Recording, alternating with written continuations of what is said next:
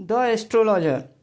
Rohan lived in a small dusty town where the scent of ambition was as rare as a monsoon in December. At 23, his entire world and that of his lower middle class family revolved around one singular simmering goal, a government job. Even a clerical position in a far flung department was a ticket to respectability, a permanent escape from the anxieties of daily wages. The family's astrologer, an old man with spectacles that magnified his weary eyes, had consulted the stars and delivered a precise, if peculiar, prophecy. Within 1 year, he will have a job, he had declared, tracing a line on Rohan's palm, but he will never get married. The first part was blessing, the second, a perplexing curse. Rohan, in his pragmatism, chose to focus on the blessing. A job was everything. Marriage could be dealt with later or not at all. 1 year later, almost to the day, Rohan received his appointment letter.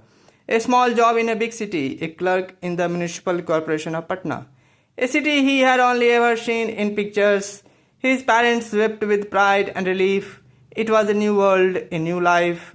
He moved, started his work, and the years passed, each one cementing his new identity. The small, quiet boy from a small town became a man, navigating the bustling, unforgiving streets of a metropolis.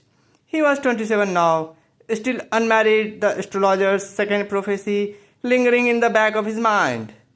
After 4 years in the city, he decided to visit his family. On the overnight train home, he settled into his upper berth, the rhythmic clickety-clack of the wheels, a lullaby. He dreamt he was on the same train, but awake, and in the seat opposite him was a girl of the breathtaking beauty. She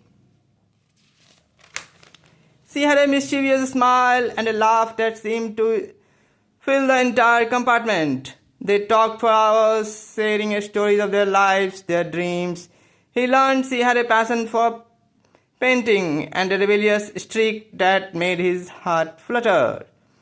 Later that dream night, a restless Rohan found himself standing at the train's open doorway, the wind whipping his hair, the dark landscape blurring past. He leaned out a little, enjoying the thrill, a foolish stunt for a grown man. Suddenly a soft voice behind him cut through the roar of the tracks. Be careful, you will fall. He turned to see the beautiful girl from earlier, her eyes wide with concern. Just enjoying the night air, he said, trying to sound nonchalant. She shook her hand gently. It's dangerous, don't be reckless. A comfortable silence fell between them for a moment. Then she sighed. I wish I had your courage for recklessness. My parents are marrying me off to some rich old man I have never met. I don't want to, but what can I do? Her voice was laced with despair. Rohan, emboldened with the dream and her vulnerability, felt a surge of protectiveness. That's awful, he said genuinely. What about you? What do you want? I want to paint. I want to live my own life, not someone else's idea of it. She said, her gaze intense. What about you? What do you do? I have a government job, Rohan stated, a quiet pride in his dream voice. A clerk in the municipal corporation.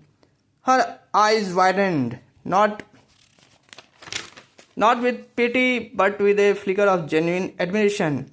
A government job? That's amazing. Stability, security. That's huge.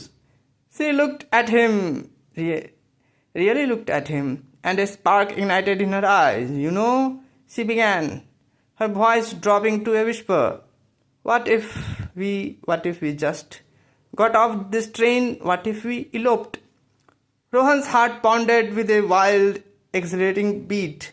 Elope, he repeated, a grin spreading across his face. Yes, to a new city, a new life. You have a stable job.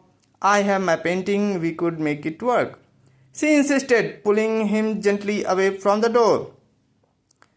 And so in the dream they agreed. At the next small station they unboarded the train, hand in hand, leaving their old lives behind. They found a small cozy place to sleep, filled with promise of a new dawn. The morning light filtered through the window and he woke up. With a start, the vividness of the dream still a warm blanket around him. He felt a pang of loss, the girl's face still clear in his mind. He went to wash his face, and as he walked down the aisle, he froze. There, sitting in a seat 2 compartments away, was the very same girl from his dream. She was real. He stared, captivated, until she looked up and their eyes met for a fleeting moment before she looked away. He returned to his seat, heart pounding, the impossible reality of the dream's girl leaving him speechless. The years passed, he moved on from the dream girl, focusing on his stable, if unexciting life. Then one day, while walking through a government exhibition in Patna, he saw her again, standing by a stall of intricate Madhubani paintings. He gathered his courage and walked up to her. "I know this is strange," he began, his voice a little shaky, "but I think I saw you on a train a few years ago. You were in my dream."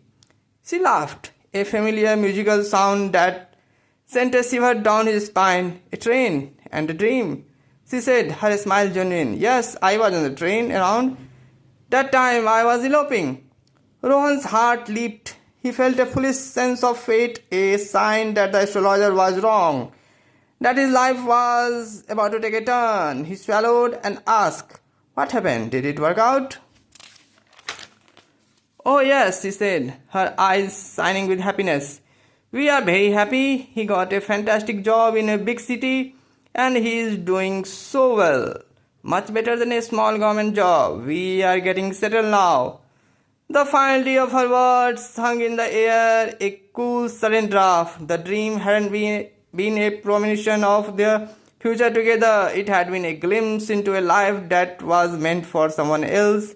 A boy who had a better job, a better future. The astrologer's prophecy, it seemed, was entirely true.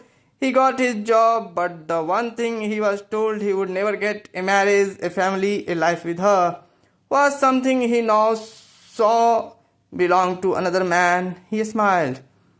A polite, distant smile, thanked her for the conversation and walked away, a silent acceptance settling over his heart.